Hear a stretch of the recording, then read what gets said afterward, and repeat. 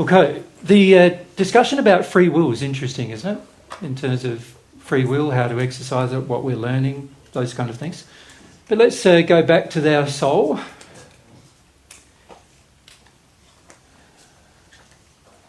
Actually, I might just put that here.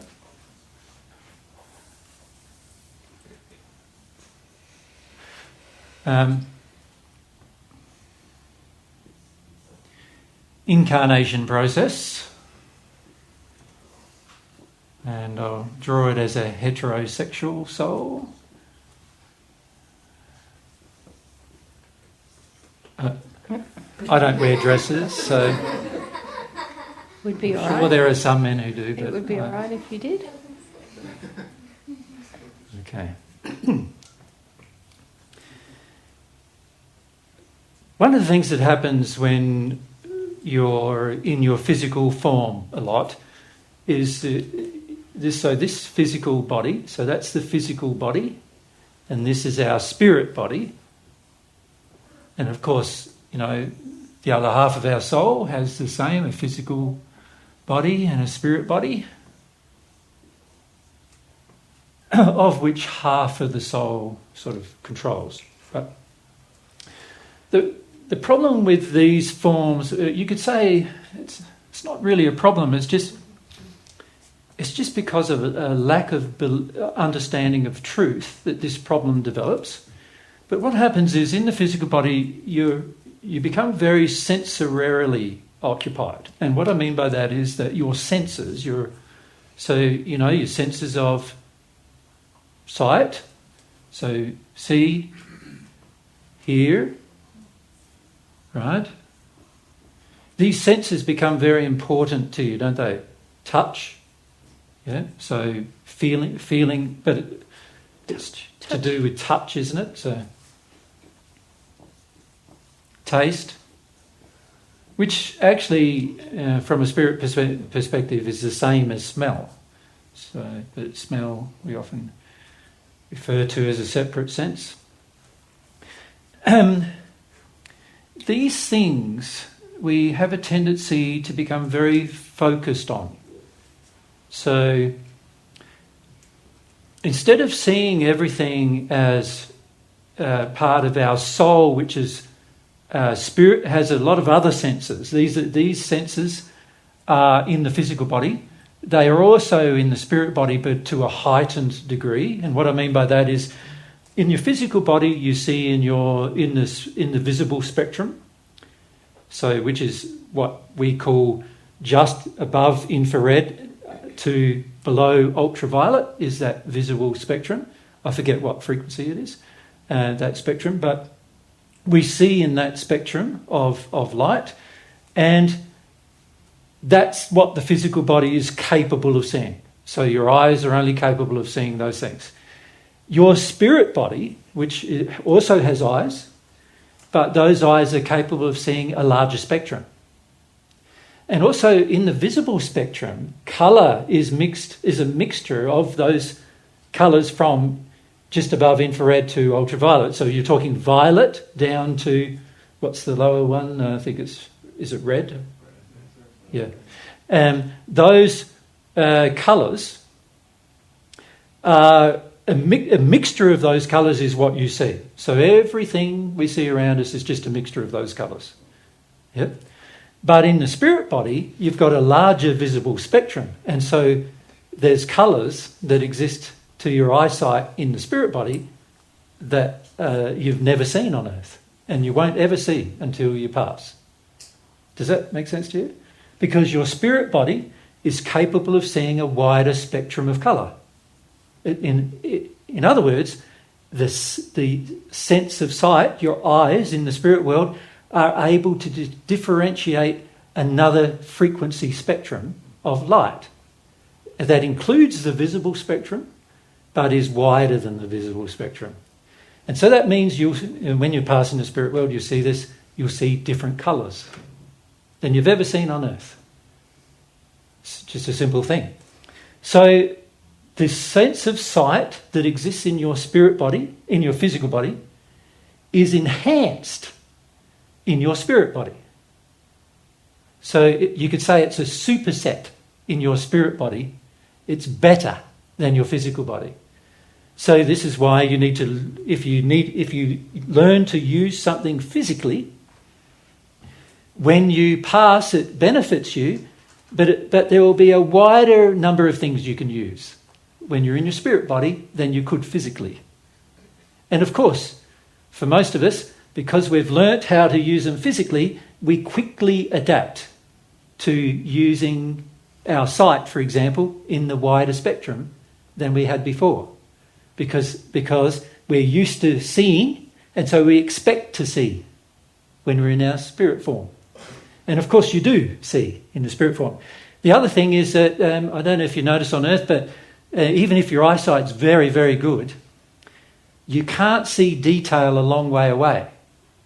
Your focal length of your physical eye has a certain field of adjustment. In your spirit body's eyes, the field of adjustment is wider. So you can actually see things that are like hundreds of miles away, rather than just a few miles away or a few kilometres away. You can see hundreds of kilometres. Does that make sense to you? Because each body has a better capacity for experience. God designed it that way so that your experience after you pass will be better than your experience on Earth. Yeah? So, question at the back, just behind. So, can you use the spirit body in the physical world to, like, these futures that you have? Or you can, but it's quite difficult, because if you think about it, the way these bodies are connected, there's a cord that connects the bodies. So in the case between the physical body and the spirit body, there's a silver cord. And that's not silver, obviously, that's red, just in case you're confused. But there's a silver cord between those two bodies. And that body transmits all of the information that is passed to the soul and to the spirit body's mind, goes via that cord. The cord starts in the base of just in your hypothalamus, the base of your brain, and goes down to the base of your spine, is where it's located. And when you die, that cord snaps. So there's no way of information anymore coming from your body to your spirit body or your soul once that cord snaps. So the only time you can get a person to breathe again, when a doctor revives a person on Earth, for example, it's because this cord has yet to snap. As soon as the cord snaps or breaks, it is no longer, the physical body is no longer viable. It can no longer be used by the soul, or the half of the soul in this case. Now, this cord passes all of the sensory information to the next layer. So the silver cord places all this sensory information that your body is collecting. So when the wind blows, you feel it on your hairs of your skin and so forth, and your body is measuring it. And those sensors all of that information gets passed through the silver cord into your spirit body. So your soul eventually also gets to experience the feeling of wind blowing on your skin, because all of that information is passed through. But there is certain amounts of information that don't pass through. An example of that is your brain, in your physical body, a large portion of its function is so that it can control your internal organs. So keep your heart beating, keep your liver functioning, keep your nervous system working, keep your cardiovascular system working, keep your hormonal system working as well, keeps these things working.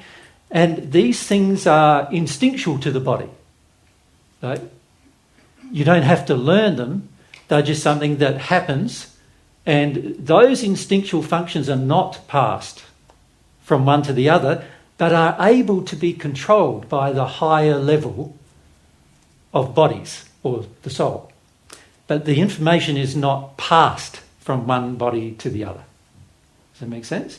Only the sensory information. So the sensory information would be, if my physical body has some pain, then that is passed. Does that make sense to you? So if an organ has some pain, that's past. But if the organ is just functioning normally, then that information is not past.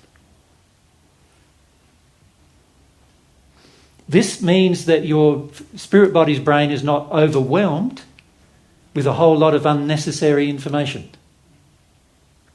Because in your body, your physical body, there are literally millions of things going on at the same time. And if that information was passed and you had to feel everything, imagine if you had to tell yourself to breathe constantly.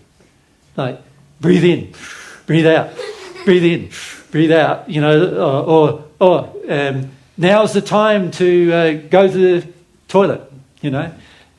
If you didn't have these things more automated, you can see life would become less, like, happy, wouldn't it? Because you'd be having to control a lot of functions that would otherwise just be automated and easy to occur and just natural to occur. So what eventually happens in all of this is the senses begin to dominate my experience on earth. So what I see, what I hear, what I taste, what I can touch, this begins to dominate my life on earth. And if I'm not conscious that there is a soul behind all of this, and I'm not conscious that my spirit body has other abilities, and my soul even has other more advanced abilities, if I'm not conscious of these things, I will become very, very dominant physically. I'll become focused on the physical world and life. Now, the more focused on your physical world and life you become, the more dominant you become with regard to how you use your mind. You just end up being in what I would classify as a mind-emotion cycle of the emotions measuring the senses and your mind responding to those senses. And if you're not careful, in that place you will ignore spiritual qualities. So, love is a spiritual quality. If you're not careful, if you use these senses in a way that is just to satisfy the senses, and that's it, you will eventually compromise issues of love. Now, an example of that is, let's say I love the taste of food. Who doesn't love the taste of food, right? So I love the taste of food so much that I decide I'm just going to eat all the foods that give my physical body an instant hit, an instant like sensory response. So those kind of foods are often foods that are very bad for you. So things like sugars and sweets, those kind of things. Salts, if we go too far there, it's the same. So what we end up doing is we end up deciding to eat poorly, as people would say on earth, eat out of harmony with the health of your body, because the senses are driving you to do that. And if you have no control over that, if you decide to have no control over that, can you see, I'm just going to get bigger, more and more unhealthy. Eventually I might die. My body might die from a disease caused by the lack of health. My teeth probably rot out of my head if I have too much sugars, for example. You know, I remember one of my sons actually did this. We gave our sons quite a degree of freedom, and one of my sons decided that he was going to buy, once he was 15 or 16 and started to earn a wage, he decided he was going to buy a stash of lollies and keep them in his side drawer of his bed.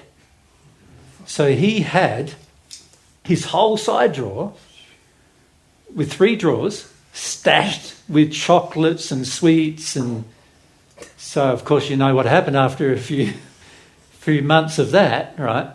Everything with his teeth started decaying quite rapidly after that, right? And once he realised that, of course he started to then control his behaviour. But if it wasn't for him realising, he might have ended up with no teeth at 25, yeah, if he wasn't careful. So this is the thing, is what we do, you see. We become so sensorily dominant, and if we're not careful and we don't use our assessment, our self-awareness, which is actually a spiritual quality, if we don't use self-awareness, we'll eventually make decisions that are very damaging to our body and therefore our life on earth. And you see this happening all the time around the world, right? People dying all the time from what you would call self-caused illnesses and problems. And in fact, as the medical profession nowadays knows, that it's a major problem on earth. Huge amounts of cost to society is caused by people responding to their senses only and not being wise in the way in which they're used. Yeah. So we come to Mike here. Just need to pass it back here. Thanks.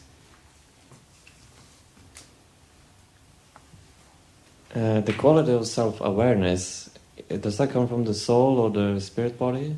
It's when we first arrive on Earth, in other words, when we're first conceived, we have no self-awareness. And then it's a quality that we develop naturally through experience. Does that make sense? So we're not gifted with the quality, we're gifted with the potential of the quality. So what God's done with many of our qualities of the soul, of which self-awareness is one, they are we're gifted with the potential of learning it, but not with the quality itself.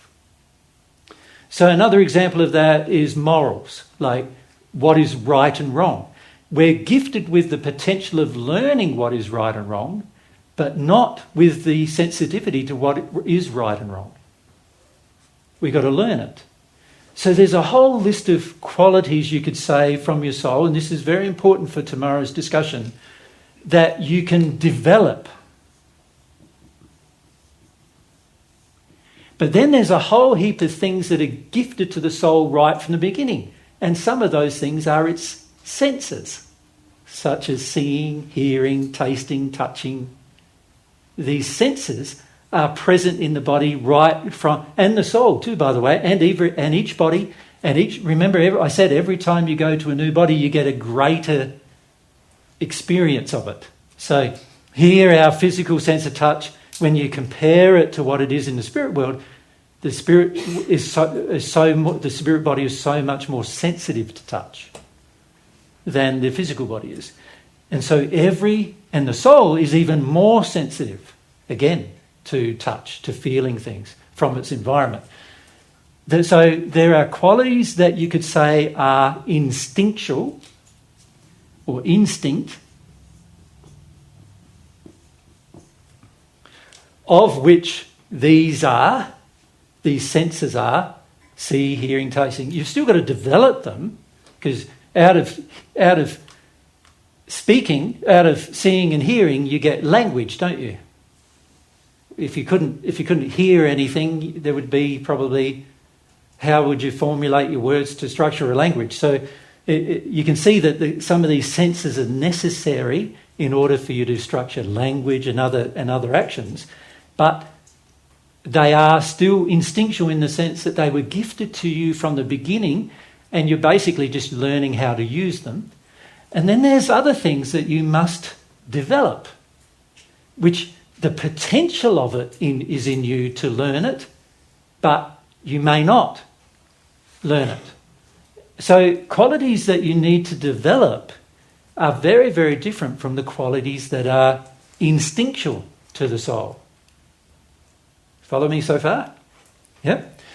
So you can see that with the instinctual qualities, you can also see that some are related to like the soul's, you could say its immense abilities, but a subset of it for each body. So for example, the soul has a sense to see, it can actually see anything below the 36th sphere or the 36th dimension of the spirit world in every dimension under the 36. So in terms of mathematics, I think they have got supercomputers on Earth now that can calculate things up to the 13th dimension or something like that. So we're talking like another 23 dimensions on top of that, which is what the soul is experiencing. The soul can mathematically handle that, can mathematically handle the computations involved in that, and a lot of those things are actually instinctual to the soul. And so the soul has these immense abilities, instinctual abilities, but also a number of abilities that must grow over time, that must be developed. And the most important qualities that are to be developed are the ones that are spiritual, what I'd classify as spiritual. And these include things like truth, moral development, love, development in compassion and understanding and kindness, humility, development in your ability to experience and your freedom to experience and understanding your perspective in the world. And things like faith, which is a very, very important quality actually of the soul, which allows you to perceive the future and aim for a future even though you've never seen it. These qualities are developed qualities. They're not gifted to you from the beginning. The potential of them is gifted to you. Now, on top of that, so these are sort of perfect natural human qualities, but then on top of that, there was this additional function given to your soul, 2 functions given to your soul. The first one is the function of the conscience, which is the ability of your soul to connect to God's soul to receive truth. In other words, to be able to determine what is right and wrong, right? That's the ability of the conscience. And then there's another potential given to the soul, which God can open and close, and that is the ability to receive God's love. Now, we'll call that the ability to connect to what's called the Holy Spirit, which I called the Holy Spirit in the first century. It's a connector that is in your soul that allows God's soul to transmit not only love but other qualities of God to your soul so that your soul can receive them.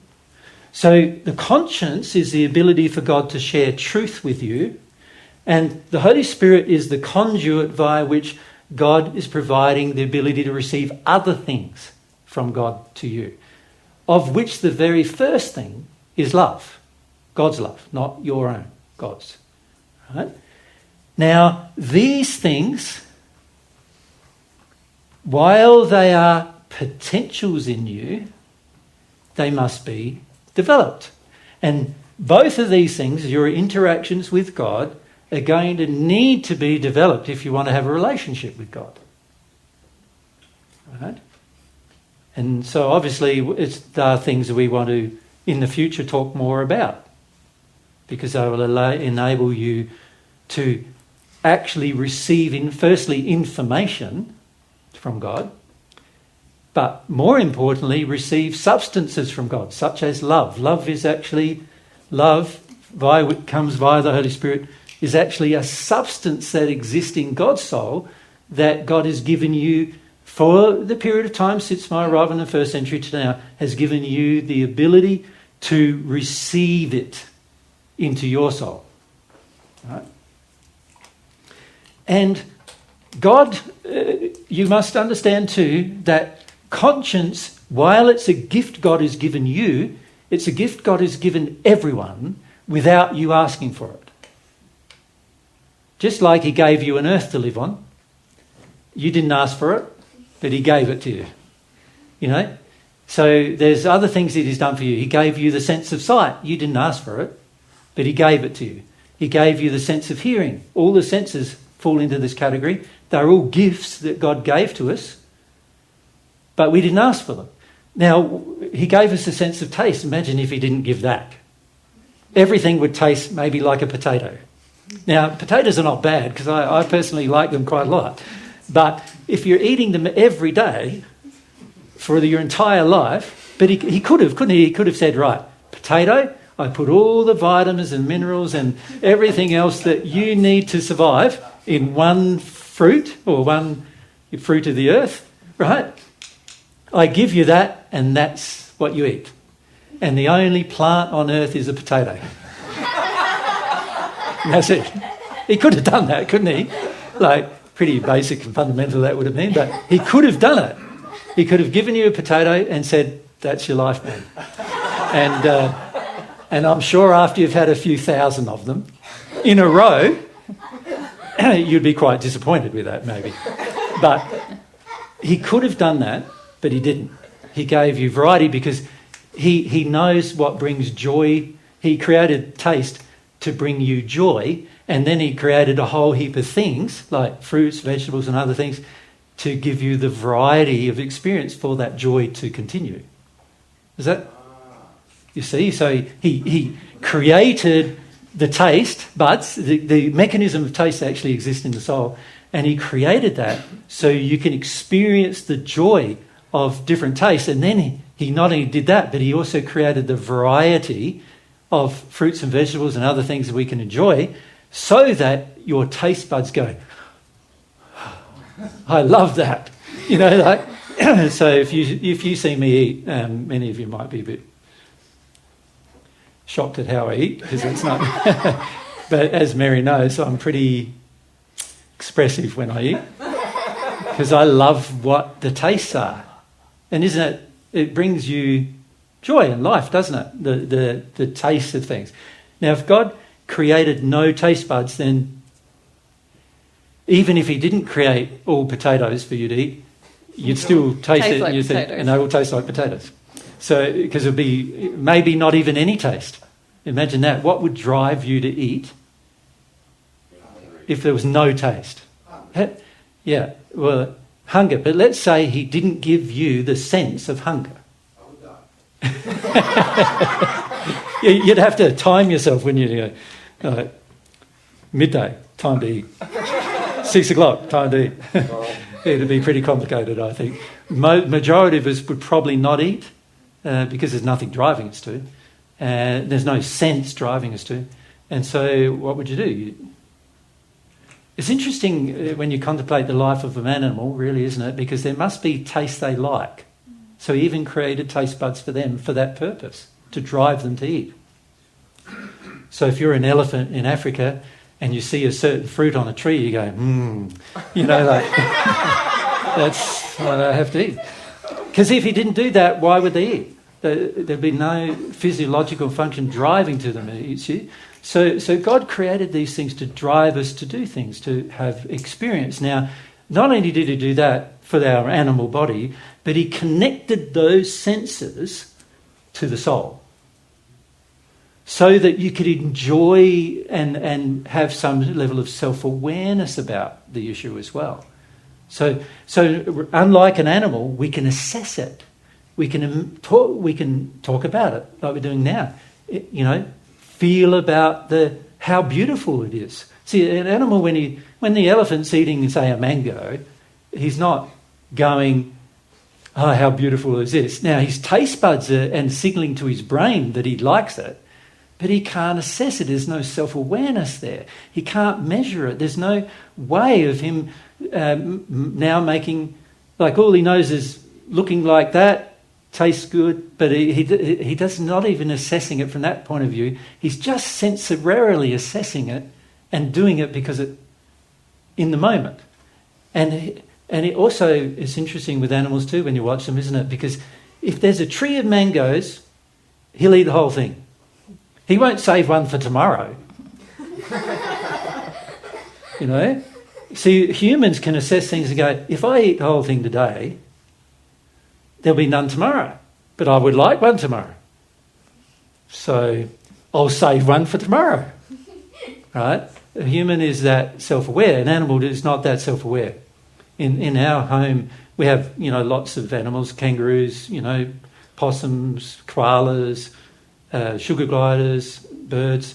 Whenever there's a fruit or something available to them, it's just gone within, and also with us we can go, here's a whole mango, let's eat the whole mango. See, with an animal, they'll eat a little bit of that one, a little bit of that one, a little bit of that one, a little bit of that one, to their own detriment, because they end up spoiling all of them and then they all go rotten and they don't want to eat them anymore. But as humans, we know, because we've got self-awareness, you see, we can go, if I do that, I'm wasting them. I've got a measure of economy in me, which is another developed quality.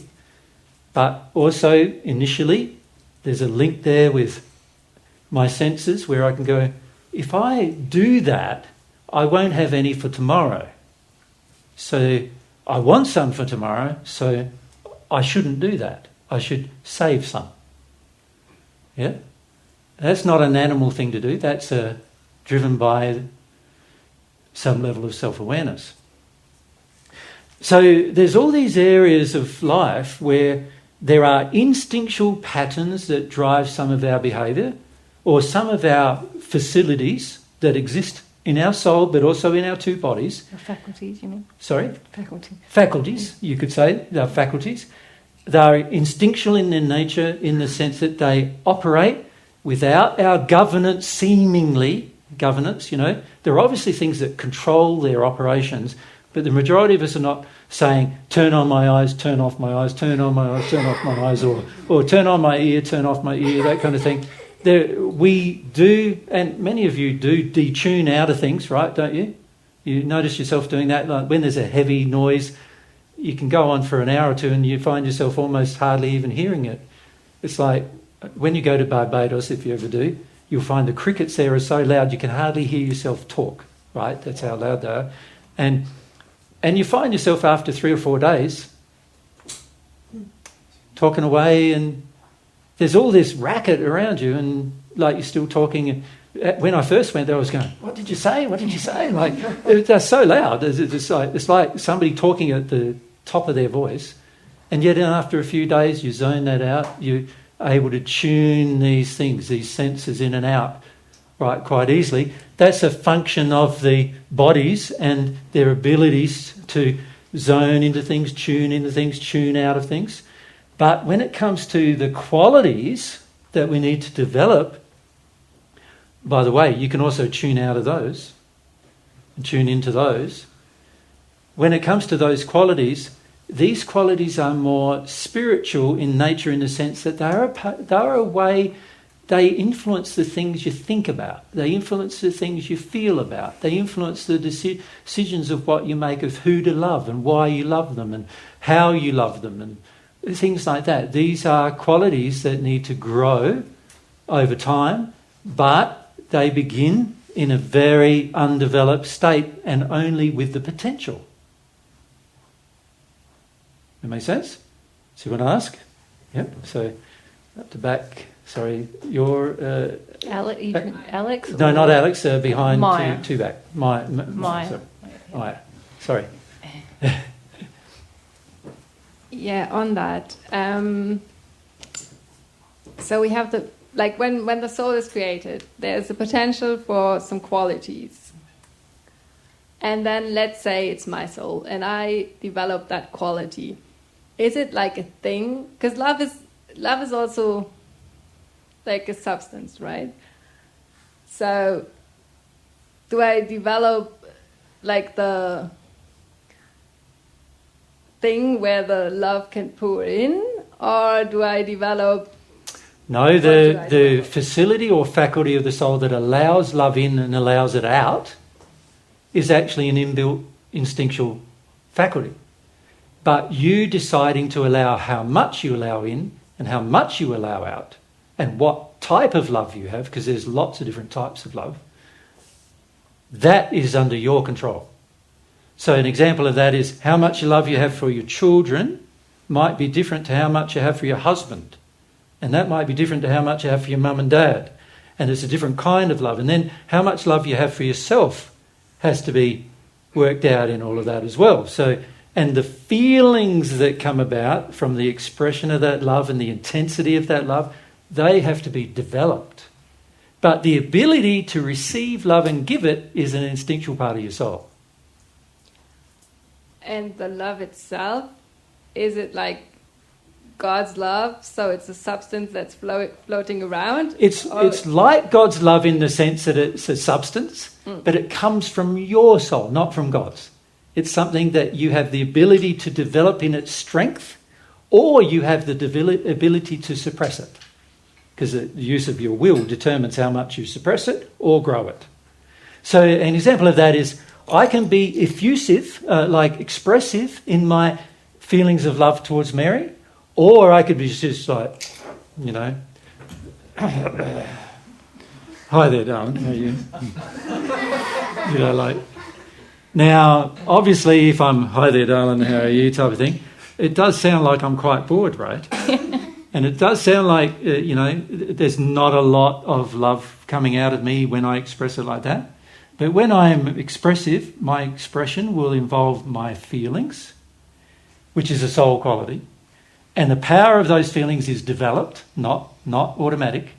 So how much power there is in those feelings will be up to me. And then there's also my expression in terms of how I express it sensorily. So talk to Mary, say, I love her, you know, I love you. Or hug her, right? Or pick her up and carry her to bed. Or, do you know what I mean? These are all expressions of the power, you could say, of my love for her, aren't they? Yes. Yep. And I can suppress that or even make it go away completely. This is what happens with a lot of relationships, isn't it? At the beginning, they're like all over each other, right? But 2 years later, it's like, can we get a divorce? You know? And if you don't feel like you can, then it's like, I've got to live with her for the rest of my life. What? So the love you have for her, that's in you. And the amount of how much you express, that's like a different topic. So That's also in me. Okay, but you could have like a lot of love for her and then not express it? Or is it always like... Well, see, this is the thing about these soul qualities is, and this is what I notice on earth, there's a lot of allowances made for bad behaviour when they go, oh, but they really love you. And I'm going, but actually it's not expressed.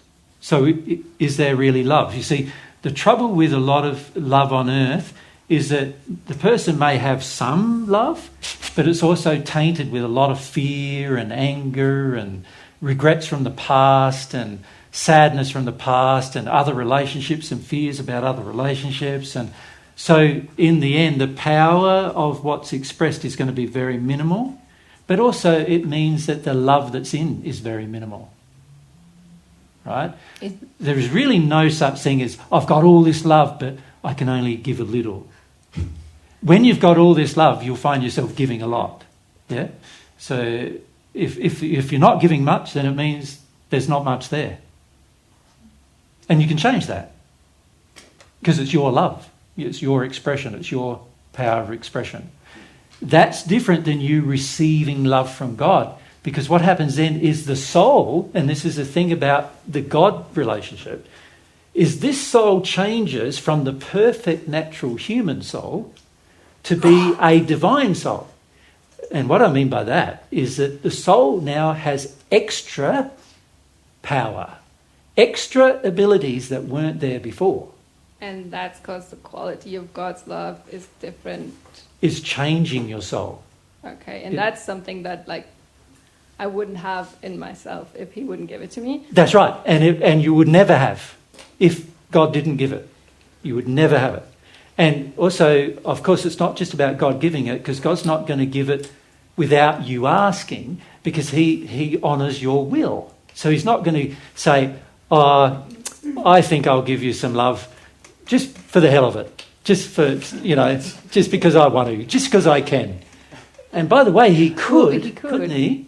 But if he did so, he'd break his own law of free will, which he would never do. So, of course, he has enough power to give you love if you didn't want it, but he's not going to do it because he respects your power. He respects your will. He gave you that gift of will. He wants you to use it. Yeah?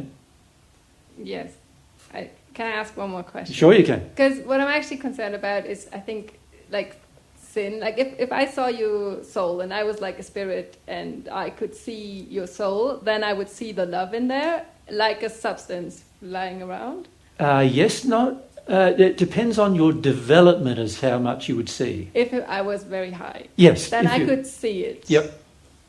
It wouldn't be like flying around. It would be more expressed in the spirit body. The signs of it existing, because it's a spiritual quality that comes from God. The signs of it existing are expressed physically in the soul itself and therefore in its bodies. But you have to be in a union state, in the soul union state, to actually see it flowing through the soul. Okay. Right? And then sin is the absence of love. Yes. So, Or you could say really the disharmony with law as well, isn't it? The law being love. Yep. so it's not an actual thing. It's more like, No, it is a thing, so like, but it's a human creation. but can I see it in your soul? Yeah, Yeah. you And can. Is it just the, like, if you'd say love was light, then sin is like the absence of light? Or is it its own sort of substance? Yes, it's its own substance. It has different colours, not just black. Black is one of the colours, but there are other colours. There's like if you have rage, it's a very dark, browny red colour that comes out of your soul. So you see it. You see it. As soon as you meet the person and you can see that colour, you know they're angry. Yep. Shame, different colour coming out of soul, different places of the physical spirit body it comes out of too. And so if it's sexual shame, you'd see it coming out of the second here. And you would see it as a colour coming out of that location. It's a distorted colour of rose. But it's not. It's dark and muddy and dirty colour. Quite unpleasant to look at, actually. And that comes out of that area. And you know, sexual shame exists in that person. But it is an actual substance that you do actually release. Yeah. It's got a smell too. Has a smell. Every sin has a smell. To your spirit body. That's good. And fortunately not to your earth body, because otherwise you'd be, everybody pongs, you know. Well, that's what it's like when a really developed spirit comes. kind of comes to the earth. He's got to turn off kind his... of yucky. Yeah. He's got to turn off his nasal senses to have your company. True, yeah, he does. He just zones out of it, you know. He wants to spend time in your company. He wants to help you. Love drives him, so love is a more powerful quality. And so if you're a bit smelly, he just puts up with it. But he sort of zones out. He doesn't let it into his sense. He stops, he blocks it from entering his sense. So it's sort of like creating you could almost like it like creating a force field that stops smells coming around yourself, unless you select them. So, yeah, every spirit of particularly good development has that. Yep. What's the concern of the question, Maya? What's the concern? Yeah. What's the question, really? What's really driving the question? Yeah. I think initially the question was like, does God give us the things, or are they like floating around and we sort of pick them up, you know, like water, like truths or something? Everything I know, like, did he at some point give it to me, or did he just like put it out there and allowed me to take it whenever I want? Yeah, good question. It is a good question. He gave your soul the ability to experience, but you have to put yourself in experience in order to have it. So an example of that, he gave your soul the ability to love, but you've got to put yourself in experience where you can love before you express that love. And you have to develop the desire for it. It's That's like right. when you learnt maths, you had to kind of seek the knowledge that already existed, and then it It's already became out there. yours. And you had experience with it, and now you know certain mathematical things are correct. It's the same thing. You have to seek it and desire it. That's an expression of your will, and then it becomes a part of you. Yeah. So God gave you all the ability to be mathematicians, all the ability to be scientists, all the ability to be, excellent linguists, all of these different abilities. Whether we exercise the desire as to whether that will happen. But your love, for example, is something that you generate in yourself if you desire to. So it's not something that you get from out there and put in you and then you can give it to someone else. And the power of your love is going to depend on how much you have in you and or how much you also want to give to others. So, yep. So we come down here next. Alex has a mic next. Yep, sorry. So in regards to responsibility, Yep. the instinctive qualities, it's actually God's responsibility, and the developing qualities are in our responsibility. Can I say that? When you say, with regard to instinct, responsibility, really God designed them to be implicit in the design. So you could say that God is responsible for them being there, but God's not responsible for how they're utilised or used. So an example of that, Alex, is you can use your eyesight to look after your own safety, can't you? Like driving along in a vehicle, there's a problem, swerve out of that. You can do that with your eyesight.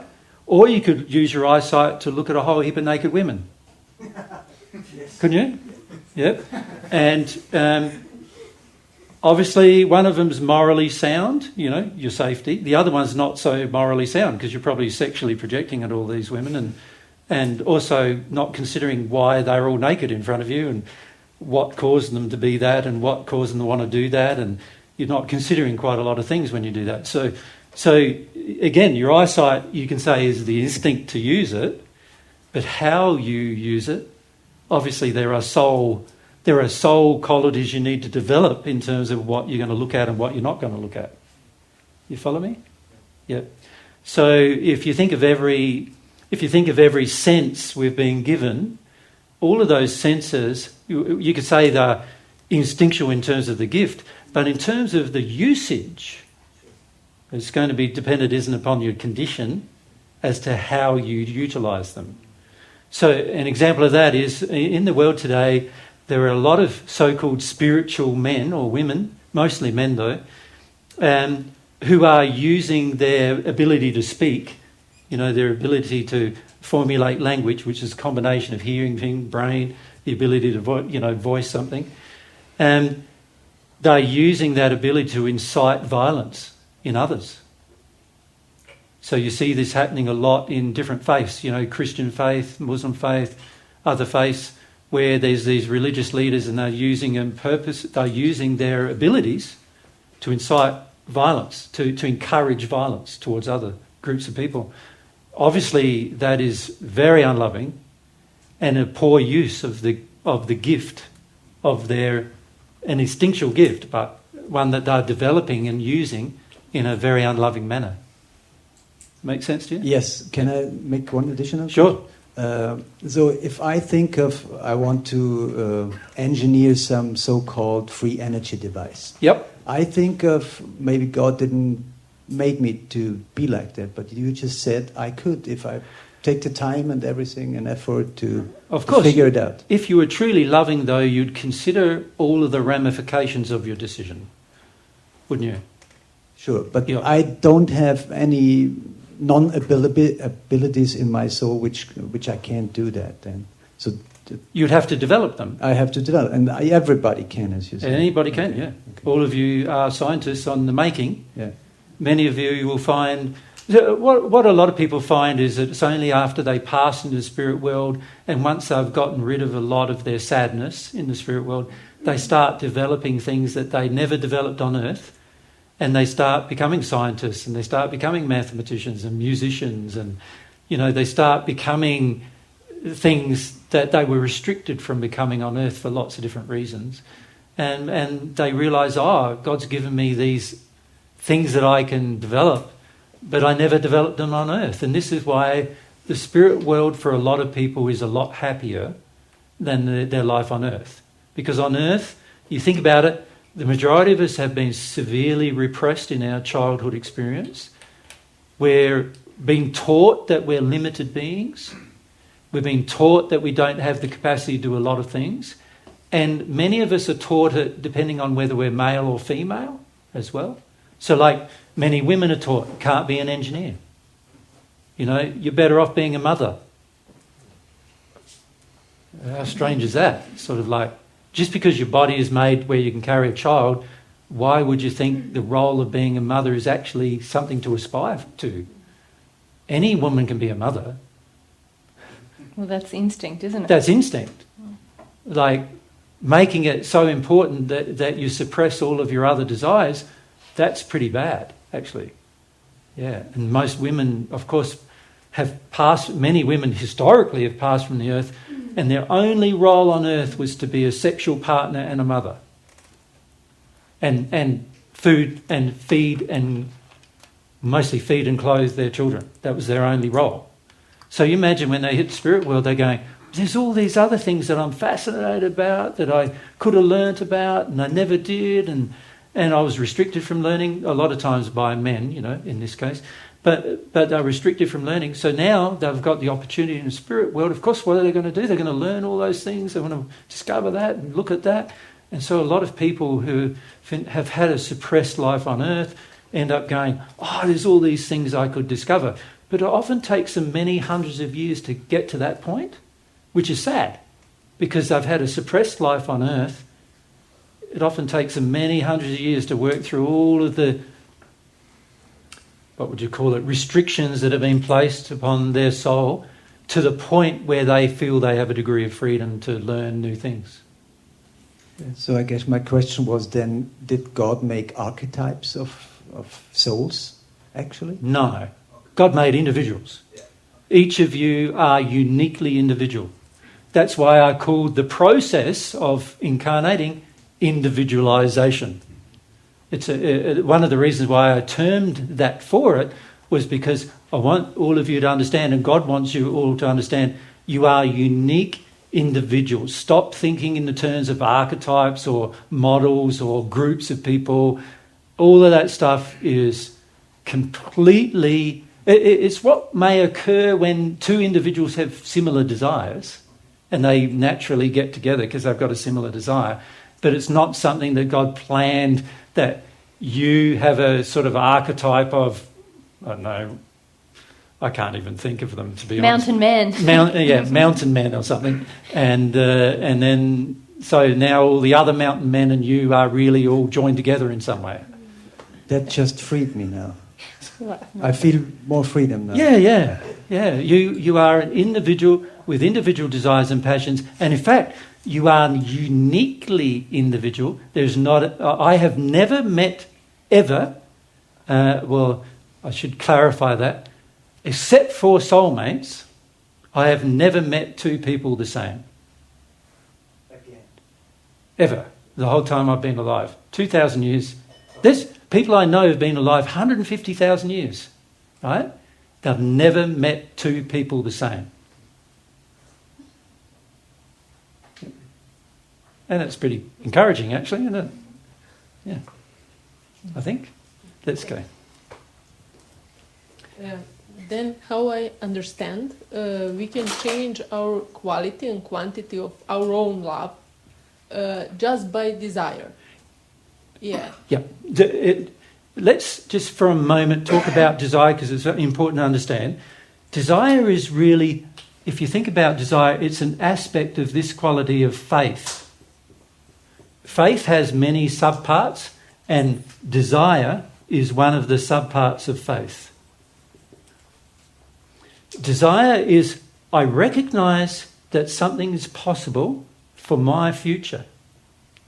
Now, I also see its, and I also come to see its value. And once I recognise it's possible and also feel it is of value, now my desire builds and I have some faith that I'll be able to achieve that thing. I'll be able to grasp it, make it mine. Does that make sense? Yeah. Yep. When I was young, I think I had so much love for world, everything, like more than now. But I have desire all my life to like grow in love. Yep. But I don't know why now I don't feel that like when I was young. Well, it's quite obvious why that would have happened, because if you think about your desire, so this is a desire you had when you were young, to sort of feel expressive in your love. But what happens to it? What does society do with it? A lot of people make fun of a person who is expressive lovingly. Like, if you had heard how many times I've been made fun of about my love for Mary, it's like people are pretty nasty at times. Like, there's been people at groups say, "Oh, he's kissing her now," We don't need to see. We don't need to see any of that. No, you know what I mean? That kind of thing. I'm going, I don't care whether you need to see it or not. I'm doing it. So that's how it is. I love her. This is one of my expressions of love for her. I'm going to do it. So, but as a child, that's not how it is it?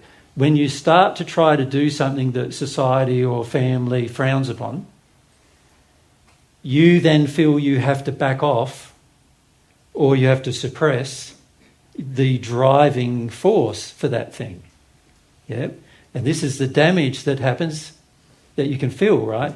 The damage happens, and so the desire existed, but now due to usually criticism, attack, and right away it can be even to violence, the desire gets pushed down. And the very worst thing that happens is that you start doing it to yourself. So not only is like the rest of the world doing it to you, but you're now, because you feel like you need to fit into the rest of the world, and you feel like, if I don't fit into the rest of the world, then it's going to hurt, the world will hurt me. We start pushing down, suppressing the desire. So the desire goes lower. We can sort of, a lot of times, still feel the spark of desire within us, but now we've suppressed it for 20 years. From early childhood or from middle childhood right the way through to the age we are now, we've taught ourselves to suppress it, to fit in with what the world views as normal or real. And in suppressing it, what we've done is detuned ourselves from it.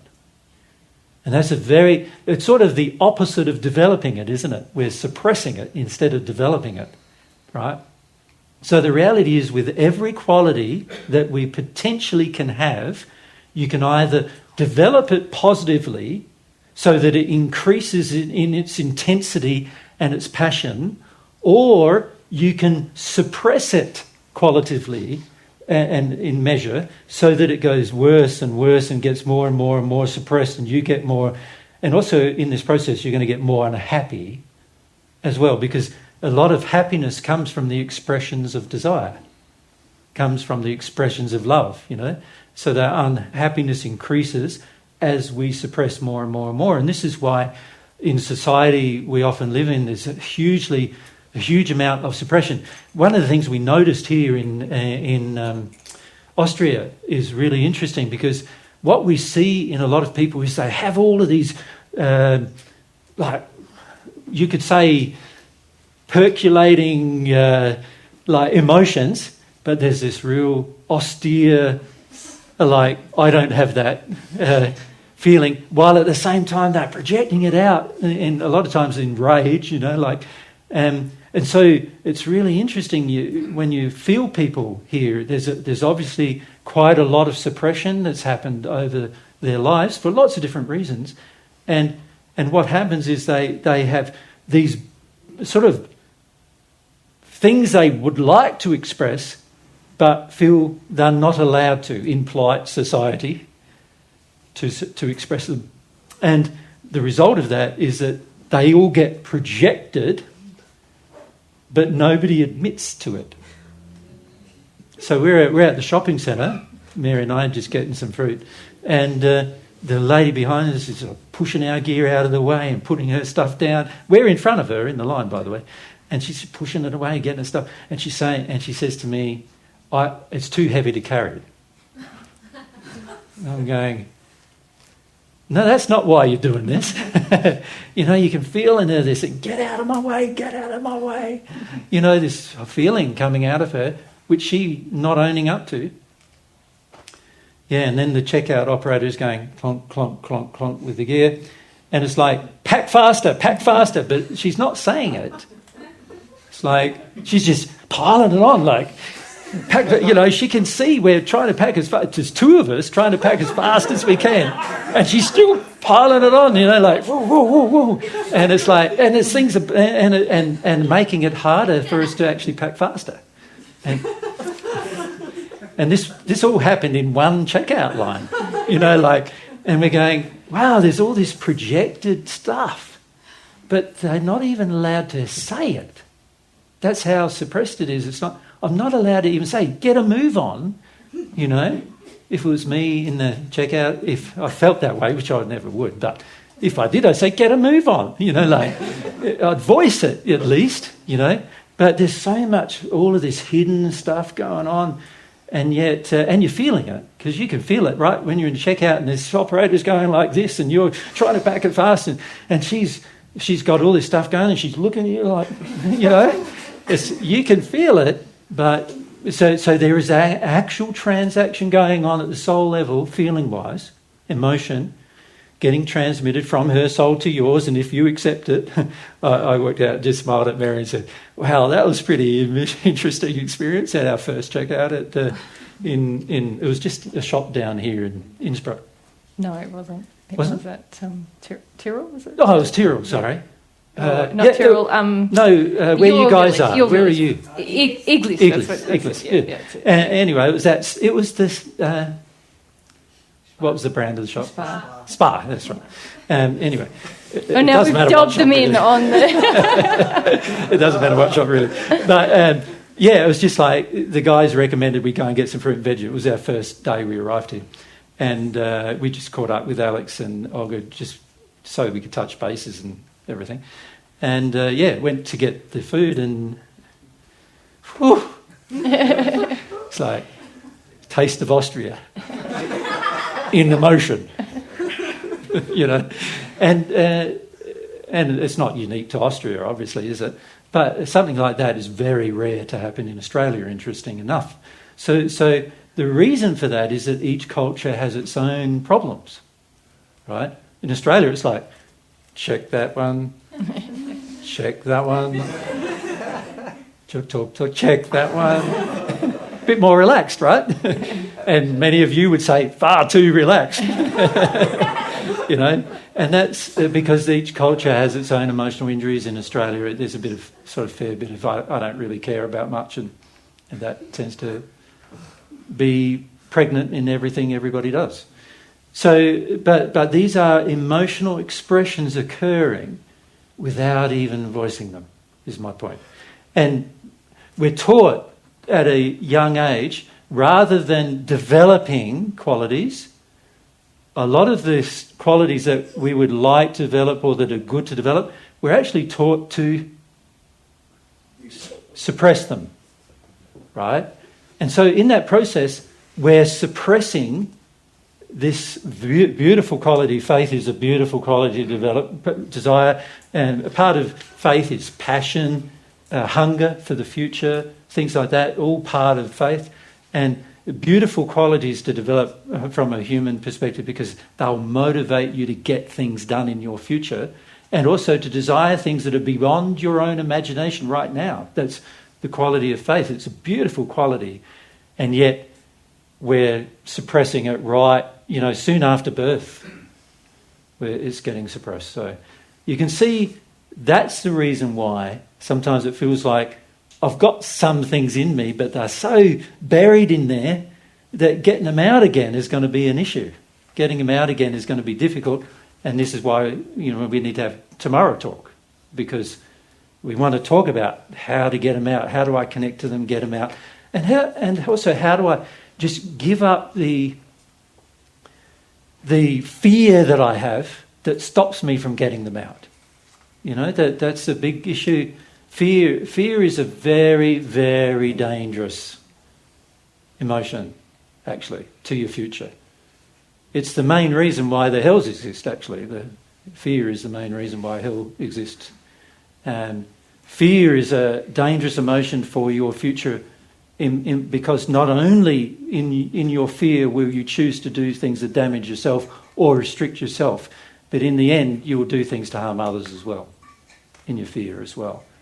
And then there will be subsequent soul-based restrictions because of the law, because you acted in your fear.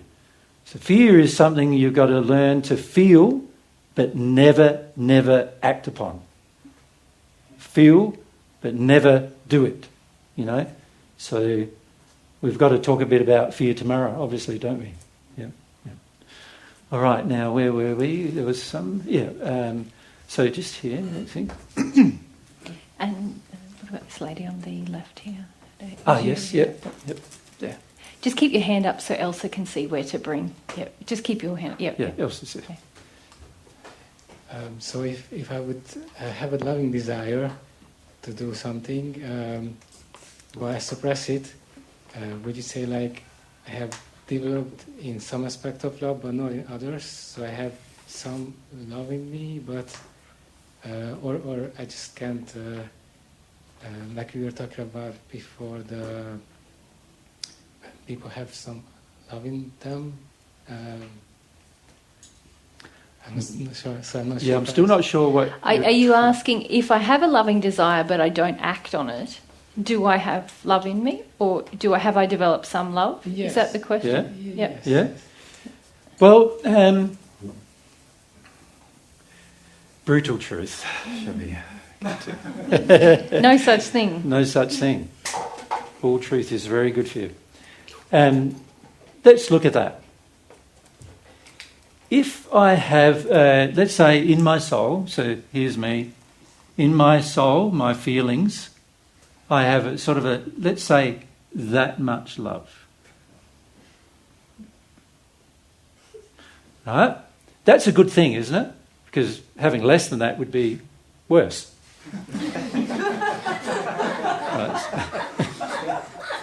Yeah. So that's a good thing if I got that much love, isn't it? At least I got some love. Right? Now, if I choose to deny the expression of it, can you see I'm putting something quite dangerous on top of the love? Fear. So let's say the green was love. And it's interesting to draw it green because love is always about go. You know, like it's like whenever you love something, you're very motivated to go and do. You go to take action, to do a positive thing in harmony with the love you feel, right? Fear is about stop, right? So fear is stop, suppress, don't do it. Something bad will happen, right? Now, the only reason why, if I had some spark of love inside of me and I don't express it, the only reason why I would do that is because I'm afraid, isn't it? Now, can you see that if I deal with the fear emotionally and let it go, but still act in love, still act in harmony with the love that I feel, then that's going to help me a lot. But if I choose to let the fear dominate my choice, it now looks like the love doesn't exist. Isn't that true? From all external experiences, I now am not doing the very thing I love or would love to do. Right? So my fear is now dominating my choice. It's dominating to the point that it makes it look like the love doesn't exist. Even though it may exist. It's making it look like it doesn't. Now, there are laws that respond to what is inside of you, and there's also laws about what you choose to do with what's inside of you. So one group of laws just work on what's inside of you, and then one group of laws work on what you do with what's inside of you. In other words, the actions you take based on what's inside of you. So I can have fear inside of me, but choose to not listen to it. Or I can have love inside of me and choose to not listen to it. Or I can have both love and fear inside of me and choose to let the fear dominate the love. And the results of what I do will be measured by the law. So obviously, if I just let the love out and just express it in its full passion without the fear dominating me, that's going to have a powerful effect, isn't it? Even if it's that amount of love. It's going to have a powerful effect if I let it out, if I express it, if I voice it, feel it, act upon it, let it drive my will into action. It's going to have a powerful effect on anyone around me. So, let's say, I love Mary, but I'm afraid that she's going to, she's going to feel like reject me. She's not going to want me. That she probably doesn't like things about me, I'm 60. Why would anybody like me now? When I was 30, I looked a lot better. So I might worry about that, right? So I worry about that. And now I'm letting the fear dominate my feelings, right? And so I'm letting the fear dominate love. And what am I going to do? I'm possibly not going to act. Now, she doesn't know that all this is going on inside of me, and unless she's very sensitive, she won't know. Right? Now, of course, she can get to the stage where she is sensitive, but let's say she's not. So she doesn't know that I love her. And I've loved her for years, and let's say we've known each other for 10 years, and I've never said to her, I love her. Right? This happens, happens. And I think about her all the time, and I've thought about her all the time for 10 years, and I would love to be with her, but my fear is stopping my expression of love. Can you see I've disabled her from even making a choice? She doesn't even know that I love her. Right? She doesn't even know that I care about her. She doesn't even know that. But if I loved and my fear wasn't dominating me, surely I'd just go up and say, Mary, I've loved you for 10 years. Now, I know you don't have to make any choice and decisions about that, but I wanted you to know. I've loved you for 10 years. I would love to spend the rest of my life with you. Right? Now, she might say no, and then what might I have to feel? Sad. For 10 years. Like I might have tears to feel and sadness to feel. Can you see my fear is saying, what if I might have sadness? Well, that would be bad. So, but the opposite is also true. She might say, I've loved you for the last 5 as well. And none of us have been willing to even say it. Right? And so she may react completely differently. I don't know. Right? And most of us are not that sensitive to know. So in the process of expressing my love, I have enabled opportunity. For me and you. For both of us. In the process of suppressing my love with fear, I have disabled opportunity for both of us. Right? Can you see fear now became my dominating decision-making process? And why was I afraid? I was afraid of some future feeling. The potential of a future feeling, even. Wasn't I? The potential that I might be sad. So I'm afraid of a future feeling that I'm not even really having now. And yet I'm afraid of it. If you think about it, it makes no logical sense to do this. But our emotions of fear are not logical. In fact, fear is false appearing real, right?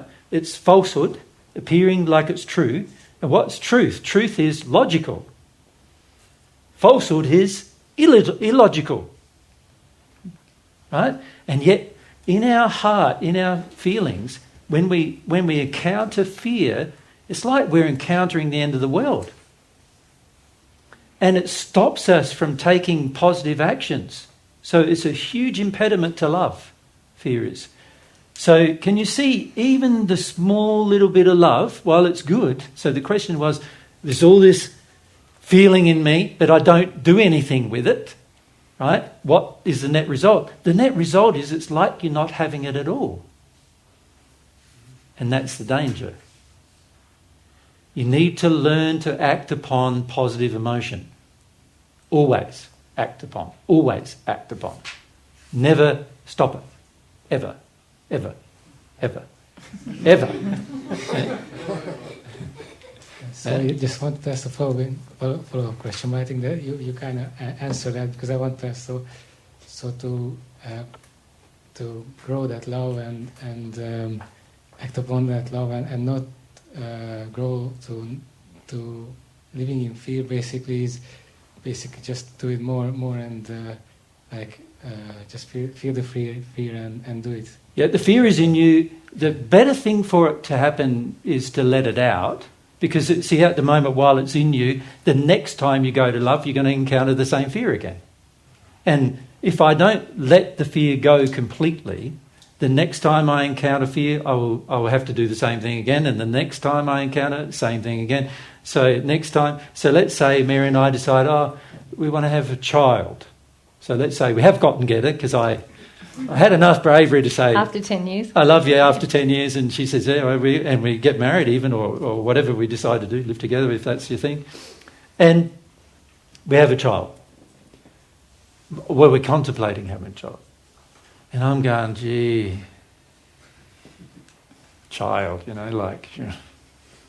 What if I mess it up? What if I mess it up? My dad wasn't very nice, and, I don't know how much love I've got in me to be able to, love a child. And, there's a whole heap of things I don't know about bringing up a child, the little helpless things. And, now I've got another opportunity to love, and fear is now dominating that one. And it might be exactly the same fear that dominated the last one. If I release the fear, then once the fear is gone from my soul, now every new choice and decision to love is not governed by fear. Now there's more freedom to love in the moment without going... the beauty of love, if it's properly felt and expressed, is that it's instant. It's just like, I feel it, I act. I feel it, I act. I want to give Mary a hug, give her a hug, And, if Mary doesn't want a hug, that's fine. I'm not going to force it on her or anything, but if I want to do it, I'll try to do it. And if she says no, get away. So, okay. You act upon your feelings. Now, fear causes you to delay action. And not only just to delay it, but to delay it 50 years. That's the problem with it. So unless it's out of you, it's going to keep on having its impression upon you. So this is where it's very important to, when you're developing your loves, to release your unloving states.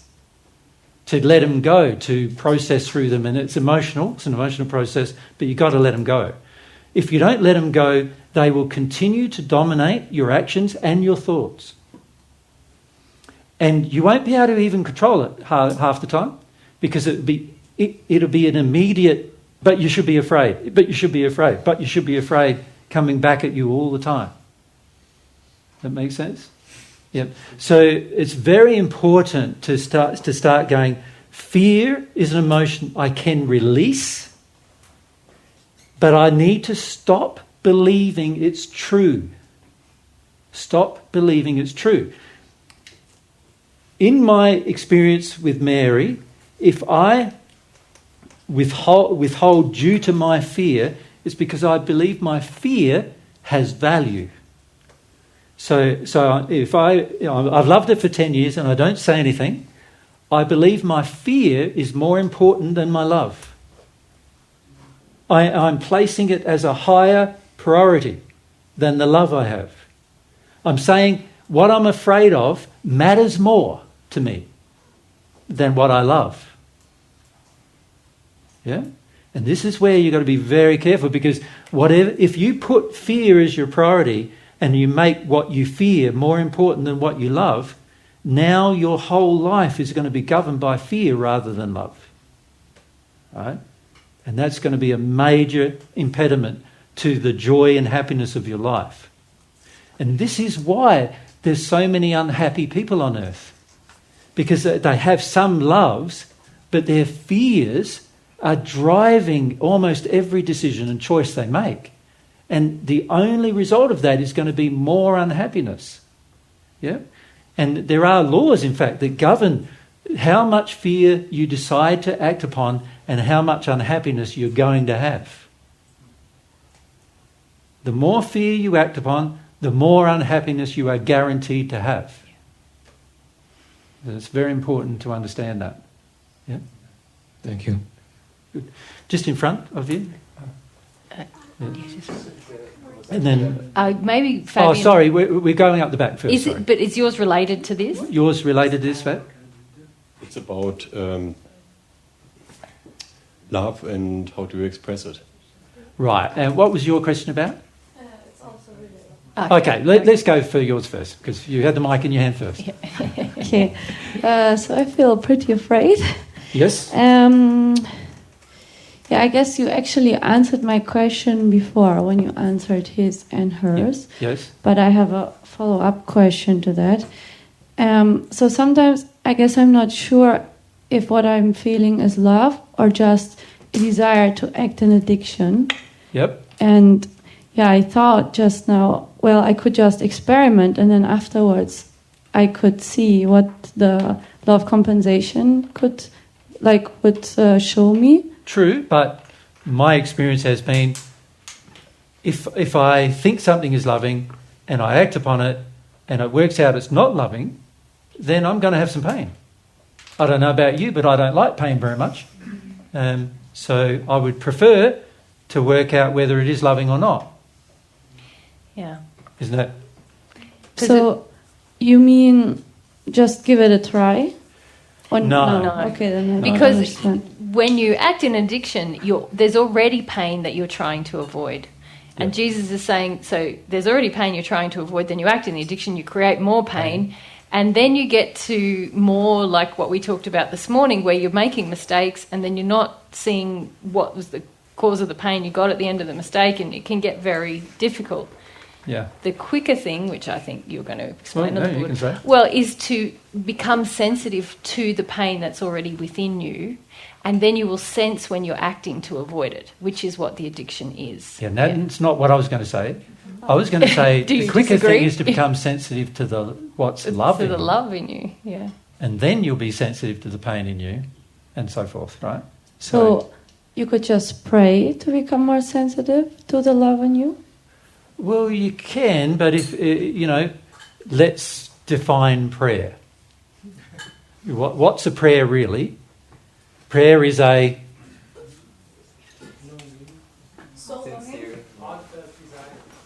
heartfelt desire. You could say it's a longing. Now, if I have fear in me, how much longing do you think I have? Not very much. Not very much, right? So that's a problem, isn't it? You can pray, but, well, if I haven't got a lot of longing in me to really deal with the problem, then of course that prayer is not a prayer anymore. It's just a thought. It's like, we've got to be careful with prayer that it's just not, oh, I think it would be really nice to not live in fear. And then that's it. You know what I mean?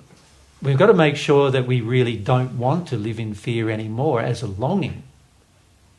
Now that's going to be trickier, isn't it? It's going to be harder to do that than it is just to imagine, oh, it'd be nice. What if God could just rub out my fear? That'd be great. I'll ask God to do that. The trouble with fear is it's not God's creation. So he'll help you rub it out, but you're going to have to rub it out. Because it's yours. It belongs to you. It's actually in you. It's in your soul. Fear is actually a feeling, an emotion in your soul. So God's not going to reach in there and grab it and say, oh, it's not there anymore. He's going to say, I'll help you get rid of it, but you're going to have to do some things. One of the things you're going to have to do is feel some of it. You have to feel what it feels like to have fear. You're going to have to feel, you have to understand it, is the better way of putting it. You need to understand it, its effects and the reasons why you have it, because the reasons why you have it are pretty important to go through. So you understand yourself better. So it's important to do that. So the reasons why you have it, important to know. So you need to go through some fear in order to know that. Why did I have this fear? Where did it come from? So that you don't have it anymore. So sure, you can pray, but in the state you're in fear, it's unlikely the prayer will be sincere. So that's a problem. How do I get myself into a state of sincerity when I've got so much fear? So practically, what do I do? So let's say this thing here is a scale, 0 to 10, let's say. That's my scale. And this one here is another scale, 0 to 10. And this one here happens to be my fear scale, how much fear I'm in. And this one here happens to be how much desire I'm in. And now, Jay, yep. Sorry. Are we also making these synonymous with pain and love, which was the original part of the question? We can do, can't we? Because how much desire I'm in is going to directly be proportional to almost how much love I want to express. How much fear I'm in is going to be directly proportional to how much I don't want to act in love. How much pain and suffering I'm in. So, but if we look at desire and fear, so let's say my fear levels, and some of you have had quite hard childhoods and everything, and sometimes your fear levels are right up there, right? Right up there somewhere. So let's call it a 9 in my fear. So my fear's up there at a 9. Now, the only time I'm going to deal with something that I'm afraid of is if my desire is a 10. It's got to be higher than a 9, doesn't it? And if it's higher than a 9, then I'll probably do something, right? But if it's not higher than a 9, let's say my desire is quite high, but it's an 8. Right? Probably nothing going to happen because my fear is too high. So the question then becomes, how do I get this fear down? Isn't it? How do I make this fear go lower? What is fear?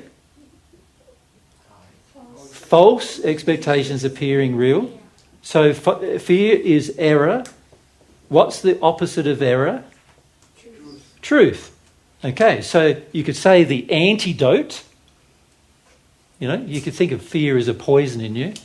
And it is. It is a poison in you. And the antidote is truth. So when I'm in this level of fear, the only way to get it down is to be more humble to the truth. I need to know what the truth is. I need to find the truth about the matter.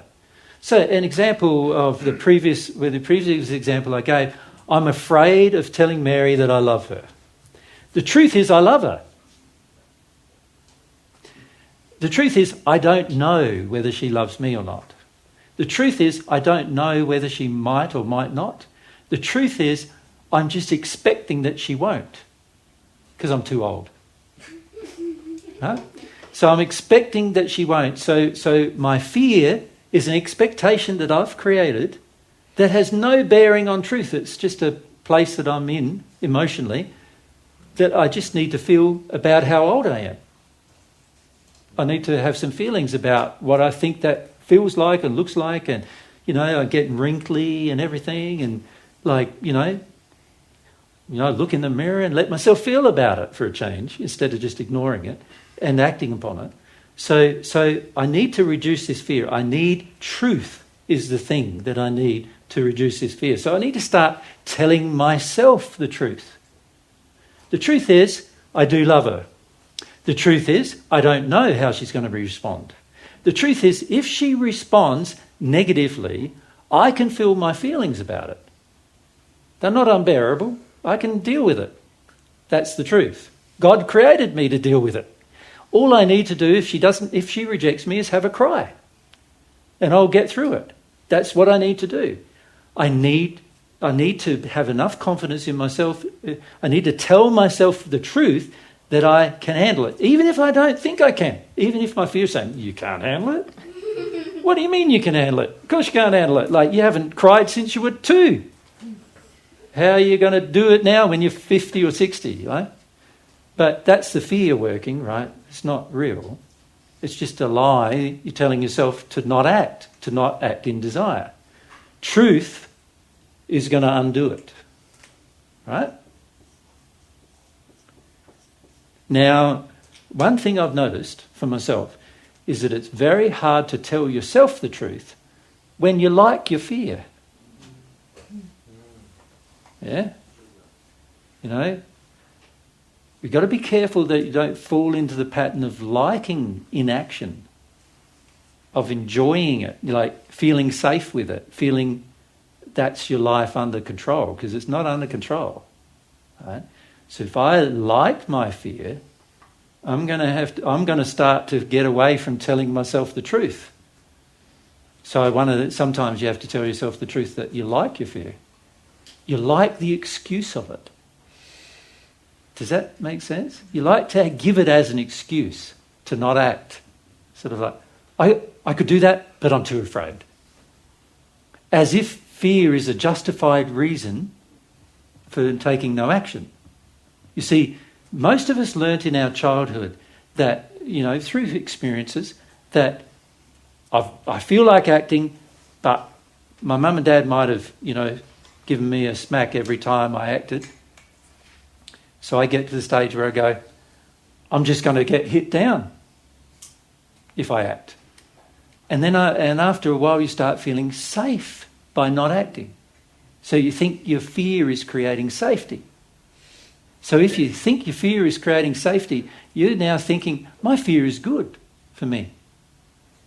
You're not telling yourself the truth anymore. That's a big lie. You're telling yourself that to give yourself the illusion of comfort. Right? And fear is very insidious like this. It makes you think that, it's a good thing when it's actually a very bad thing in all circumstances. Yeah?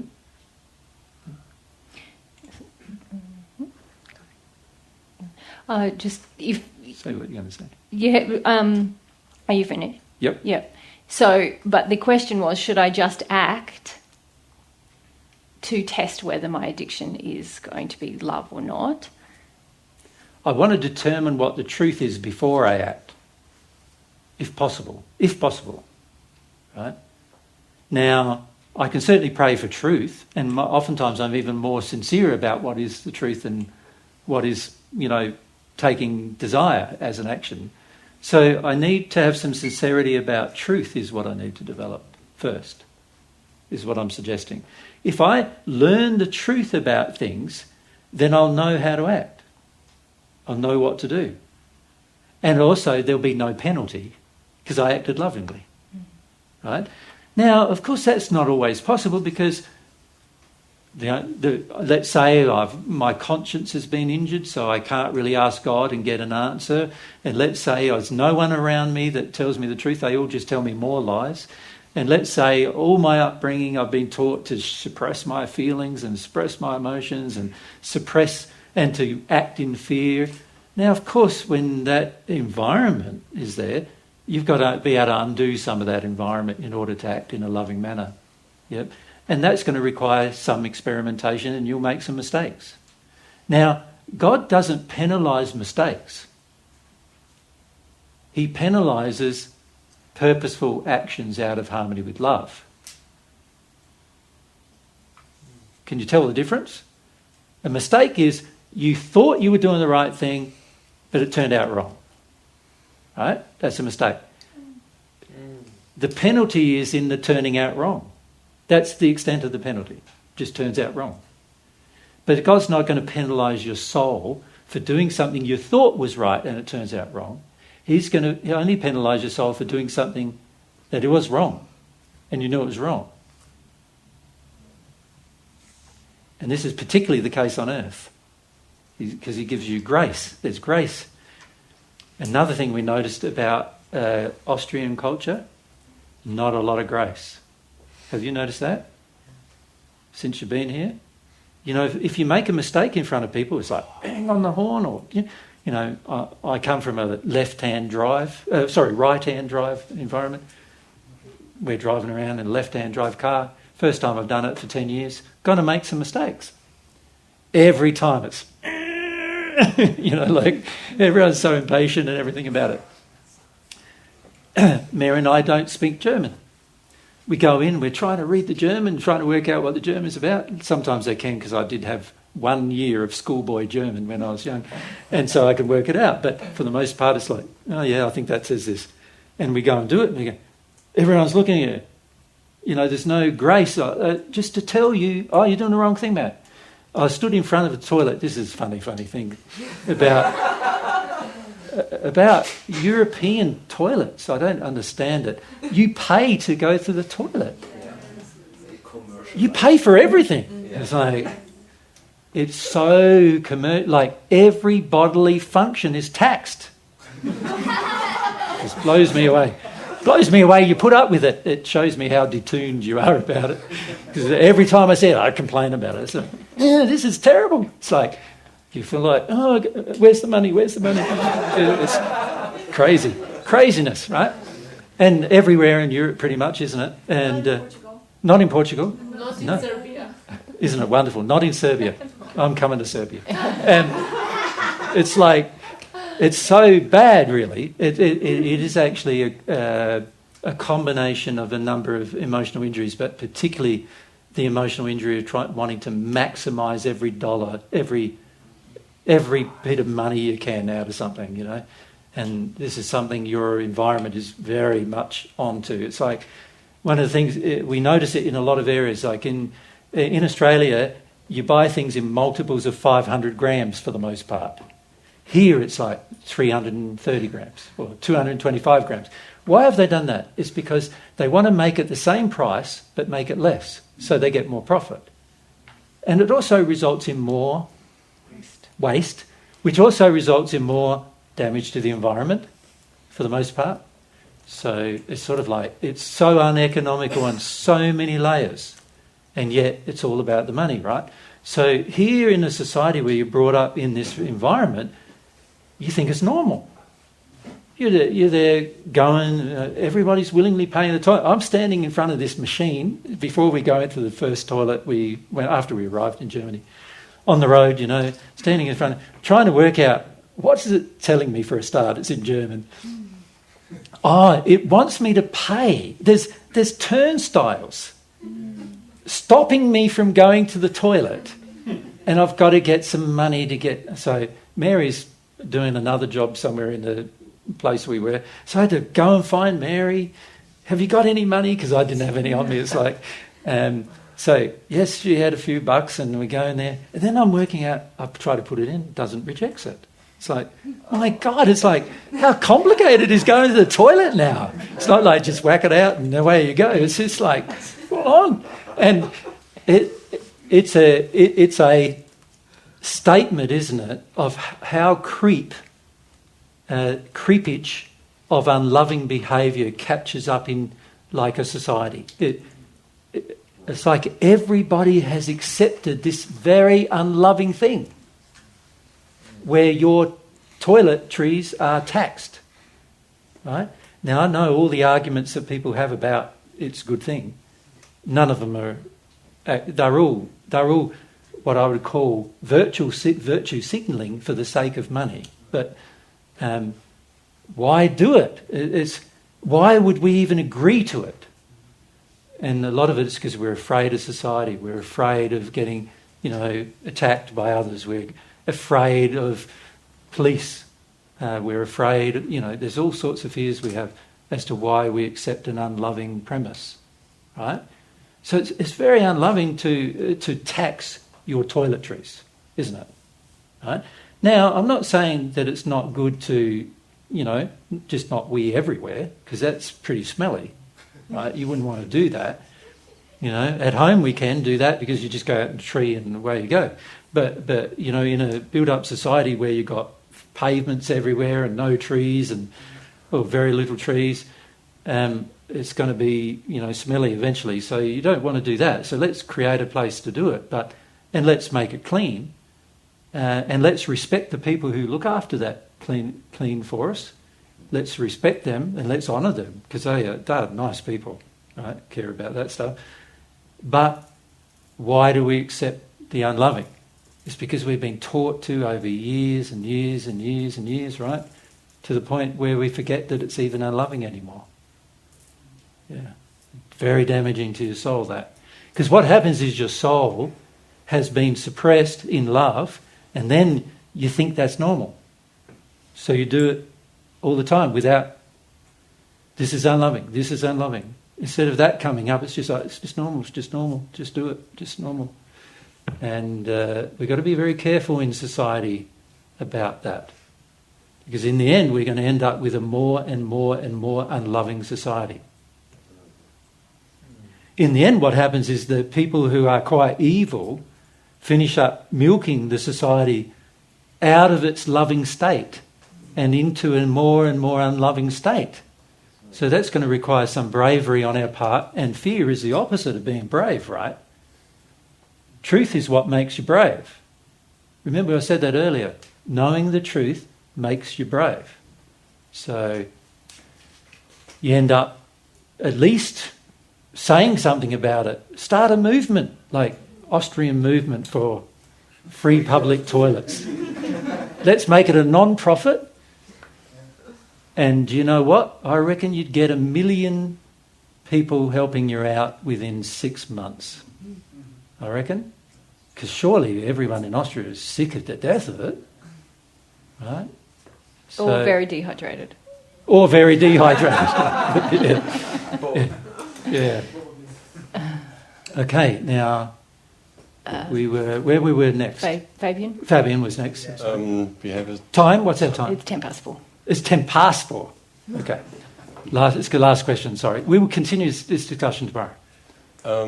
About expression of love. Is it possible that there's different ways to express love, and like languages? And if so, are there communication problems? All right. So a question is, are there love languages? Really? And there's a whole theory on earth, isn't there, that there is love languages, like, let's say, my love language is make my fear go away. Mary's love language, so make me feel safe, might be my love language. Of course, didn't I just say fear is the opposite of love? So if my love language is make my fear go away, it's not love, right? So direct answer to your question, simply, love is always expressed with passion. Always. There is no exception. Right? Now, how that passion is expressed depends upon the type of love. So there's types of love that you may have. So in the Greek language, those of you, I think there's one Greek here, is there? The Greek language, there is quite a number of ways to use love, as there is in most European languages. There's Spanish as well, even German to some extent, but other languages that are sort of more. Italy is another language where there's different words for love. So if you have a love for a child, that's a different word than if you have love for a partner, and that's a different word than if you have love for a friend, and that's a different word than if you have love for say for God, and that's a different word than if you have a love based on principles. So an example of that is love based on principles is agape, right? That's where I'm acting on a principle, and out of that principle I'm going to love somebody. So in other words, the principle might be, Julius and I are equals. So just because we are equals, I'm going to treat him like an equal. I'm not going to treat him like he's less than me. I'm not going to treat him like he's worth less than me. Because the principle demands that I treat him as if he's my equal. So that's agape. But then there's philia, which is sort of a sense of brotherly affection. Now I can treat Julius with agape love, in other words, principled love, where I feel we're equals, but that's not the same as me having brotherly affection for Julius, is it? That's me feeling like, Julius, you're my mate, man. You know, that's a different feeling, isn't it? Than, Julius, I'm just going to treat you on principle that we're equal.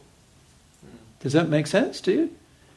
So there's two different types of love there that I've just expressed.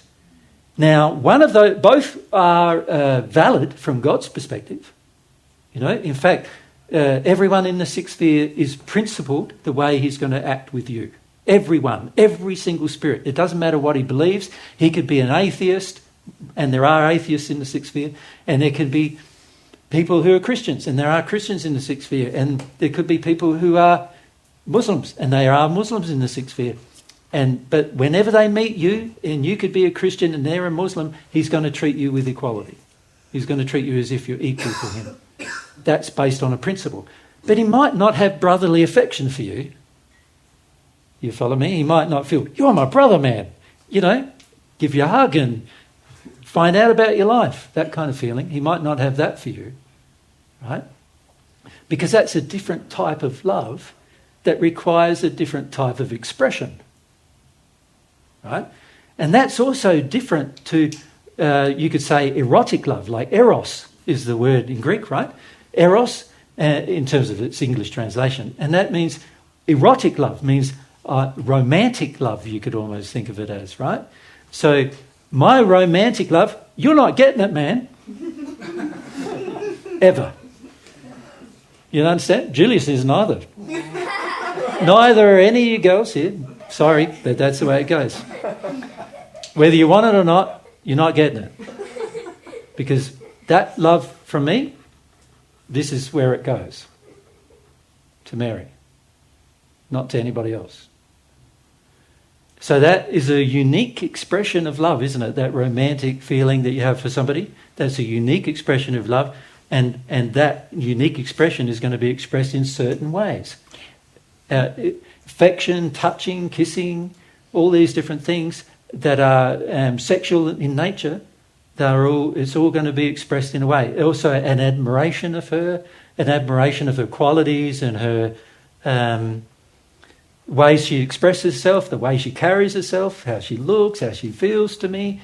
All of these things are unique because of the erotic love I feel for Mary. But you'd have to say that the actions you take are an effect of the feeling that you have. Correct. So I know a lot of theory of love languages is like some people have a love language of touch, and that's how they feel loved, is when they're touched more or when they speak more. But all of those things are really just often injuries or addictions that people feel reassured about, aren't they? That's right. But even if you did touch me or speak with me, that's not the love, that's just an expression of the love. Yeah.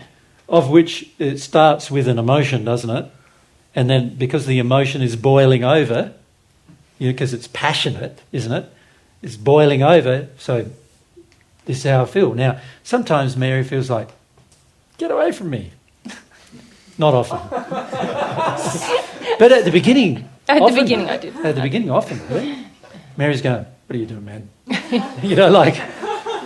Pretty uncertain about this passionate fellow who is really into her. It's like, is he really into me? Can anybody really be that into somebody? It doesn't really make sense. So there's, and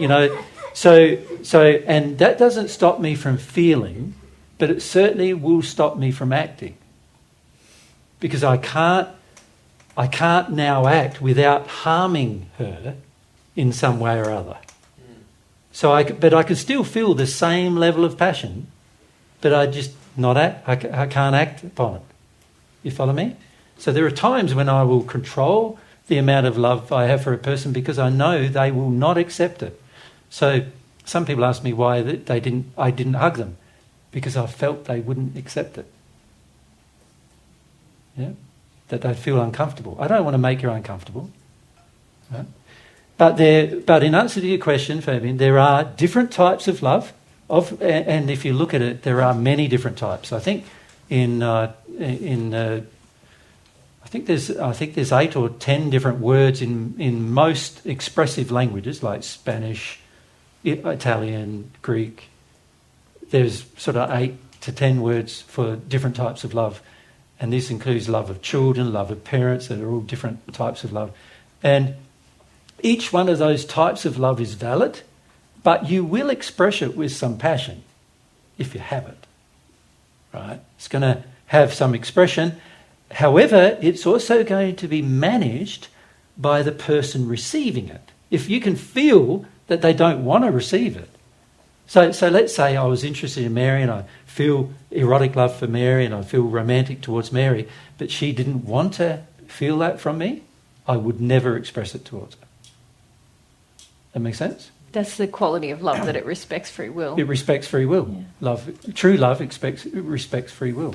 But when you talk about this, like love languages and miscommunication between the love languages, often that is really just people have expectations of how they believe love is, and if their partner or their friend doesn't meet that, then they say, you're not loving me. But that doesn't necessarily mean the partner doesn't. Like, one of my big injuries was take away my fear. Yeah. So... And I never did. And so and Mary's like... I don't get this guy. He says he really loves me, but I don't feel loved ever because I'm terrified all of the time. But then it was, very confusing because in other ways I felt he was very interested in me and attentive to me and affectionate to me, but never taking away my fear. So I was very angry. Well, that's your job. You're the man, my main man. You should be taking away my fear. So that wasn't a miscommunication in love languages. That was my false definition of love not being met. Yeah. Yeah. And also, and in response to that, I couldn't do it. So I know fear is an injury. It's an error. And so whenever Mary wants me to take away a fear, I don't. Ever. Even if sometimes you might have felt drawn to. Sometimes I feel drawn to. But out of principle. I can't. Yeah. So at the same time as I love her romantically, I'm also loving her agape, principally, based on principle, right? And sometimes the principle overrides the romance. An example of that is if I know Mary is going to feel more romantic towards me if I love her to make her go away her fear, to make her fear go away, which is not really loving her, but it's what she's measuring as love. So if I make her fear go away, I know she's going to be more into me. Right? But out of principle, I can't do it.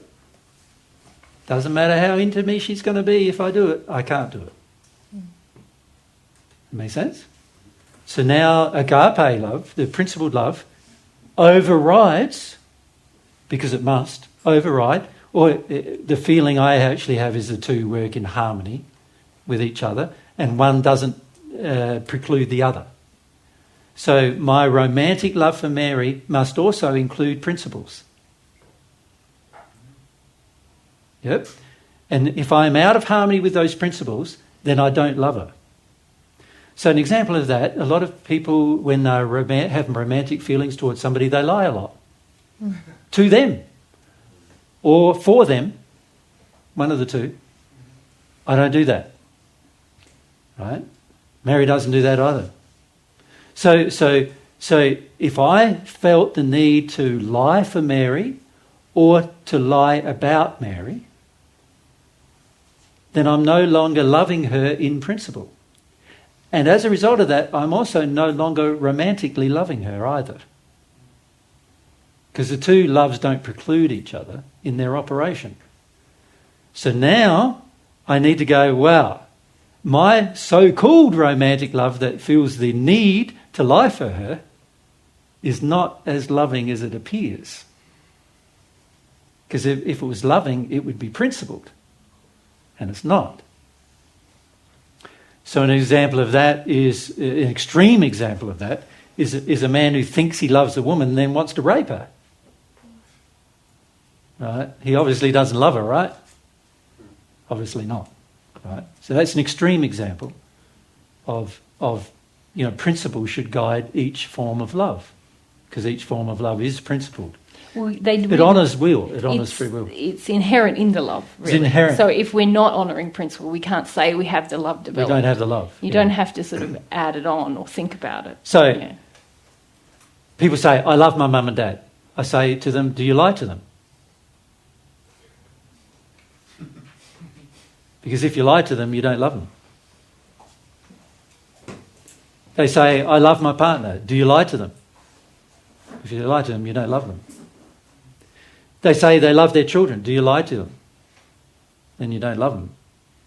You see, love has as its guiding principle other qualities such as truth, passion, desire, faith, humility.